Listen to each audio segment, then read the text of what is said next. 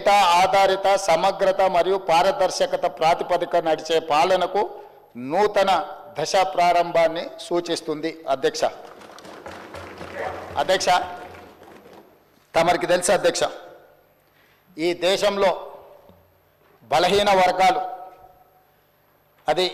హిందువులకు సంబంధించిన బలహీన వర్గాలు కావచ్చు, ముస్లిం మైనారిటీలలో ఉన్న బలహీన వర్గాలు కావచ్చు, మొదటి నుంచి కాంగ్రెస్ పార్టీ తెలంగాణ ప్రభుత్వం 50% పైగా జనాభా ఉన్నారని మనం వివిధ సందర్భాలలో చర్చించుకున్నాం, వివిధ సందర్భాలలో మాట్లాడుకుంటున్నాం. కానీ ఈ లెక్కలకు సహేతుకత కానీ ఒక పారదర్శకమైన ప్రభుత్వ పాలసీ డాక్యుమెంట్ కానీ లేకపోతే ప్రభుత్వం ఒక క్రమ పద్ధతిలో సేకరించిన సమాచారం కానీ లేకపోవడం వల్ల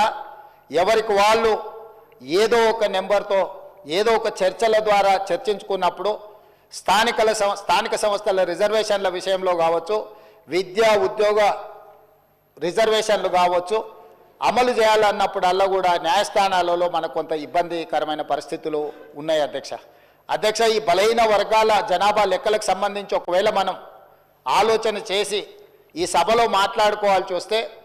ఈ దేశాన్ని బ్రిటిషర్స్ పరిపాలించినప్పుడు 1931లో కులగణన జరిగింది తప్ప ఆ తర్వాత స్వతంత్ర భారతదేశంలో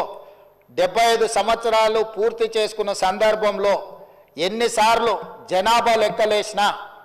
2001 జనాభా లెక్కలు కావచ్చు, 2011 జనాభా లెక్కలు కావచ్చు, లేకపోతే 91 జనాభా లెక్కలు కావచ్చు, లేకపోతే వెనక్కి వెళ్తే 81 జనాభా లెక్కలు కావచ్చు, ఇట్లా ప్రతి 10 సంవత్సరాలకు ఈ దేశంలో లెక్కిస్తున్న జనాభాలో ఎస్సీ ఎస్టీల వివరాలు మాత్రమే పొందపరిచారు తప్ప బలహీన వర్గాలకు సంబంధించిన ఇతర కులాలు ఉపకులాలకు సంబంధించిన వివరాలను ఏ రోజు కూడా పొందుపరచకపోవడం వల్ల 75 సంవత్సరాలు పూర్తి చేసుకున్న ఈ భారత స్వతంత్ర దేశంలో బలహీన వర్గాల యొక్క లెక్కనే లేకపోవడము, బలహీన వర్గాలకు ఒక ఆవేదనగా ఒక బాధగా మా హక్కులను కాలరాస్తుండ్రు, అసలు మమ్మల్ని మనుషులుగా కూడా మీరు గుర్తించడం లేదు,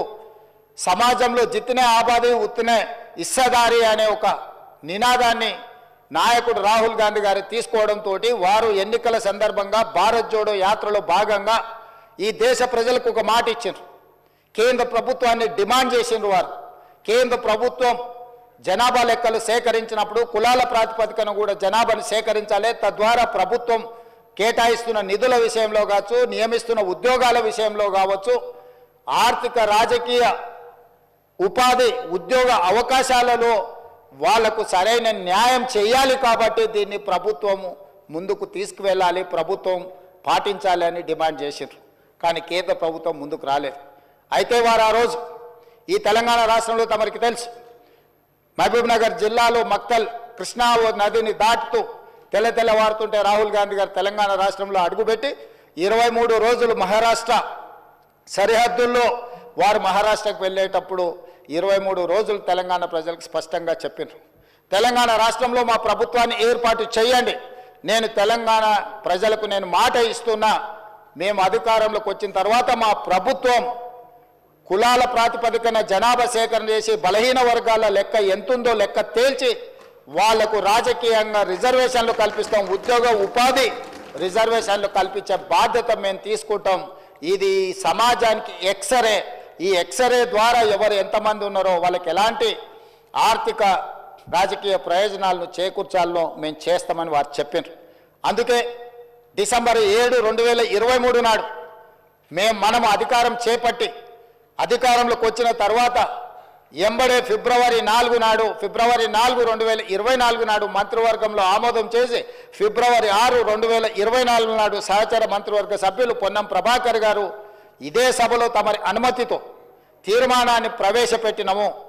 ఆ తర్వాత పార్లమెంటు ఎన్నికలు 5-6 నెలలు ఈ ప్రక్రియకు పార్లమెంట్ ఎన్నికల వల్ల విఘాతం కలిగింది. కానీ ఈ ప్రభుత్వం మా నాయకుడు